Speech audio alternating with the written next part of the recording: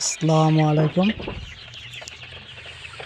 প্রিয় শৌখিন উদ্যোক্তারা, আপনারা দেখতে পাচ্ছেন মুরগিগুলো একেবারে সুস্থ সবল এবং পর্যাপ্ত পরিমাণ আলোর ব্যবস্থা করা হয়েছে। আপনারা ইতিমধ্যে জানেন দেশের সব জায়গায় প্রচুর পরিমাণে শীত। এখন এইরকমভাবে পর্যাপ্ত পরিমাণ তাপ দিতে না পারলে মুরগি হঠাৎই মারা যাবে, এটাই স্বাভাবিক। অনেক খামারি আছেন ছোট বড়, বিশেষ করে যারা নতুন তারা অনেকে বোঝে না। পর্যাপ্ত পরিমাণ তাপের ব্যবস্থা না করার কারণে হুট করে মুরগি মারা যায়। অবশ্যই আপনারা পর্যাপ্ত পরিমাণ তাপ দেওয়ার ব্যবস্থা রাখবেন, নয়তো মুরগি মারা যাবে, এটাই স্বাভাবিক। এইখানে ভিডিওতে দেখতে পাচ্ছেন এই বাচ্চাগুলোকে পর্যাপ্ত পরিমাণ তাপে রাখা হয়েছে।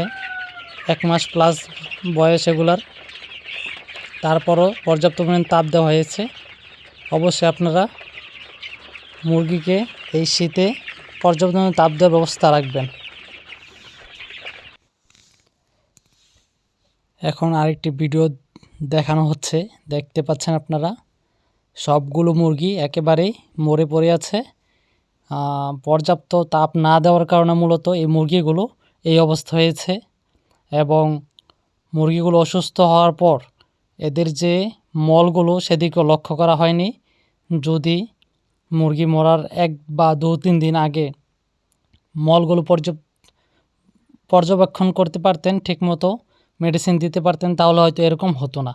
এবং মুরগিগুলো তাপ না পাওয়ার কারণে মূলত এই সমস্যাটা হয়েছে। আপনারা অবশ্যই মুরগিগুলোকে এখন পর্যাপ্ত তাপের ব্যবস্থা করবেন, নয়তো হঠাৎই মুরগি মারা যাবে। অবশ্যই আপনারা শীতকালে মুরগিগুলোকে আলাদাভাবে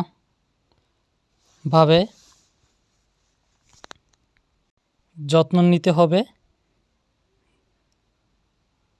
যদি পর্যাপ্ত পরিমাণ আলোর ব্যবস্থা না করেন, সেই ক্ষেত্রে আপনার মুরগিগুলো এই শীতে যে কোনো সময় হঠাৎ করে মারা যাবে। যারা ভিডিওটি দেখেছেন অবশ্যই লাইক, কমেন্ট, শেয়ার করবেন এবং আমার চ্যানেলটি সাবস্ক্রাইব করবেন। আসসালামু আলাইকুম।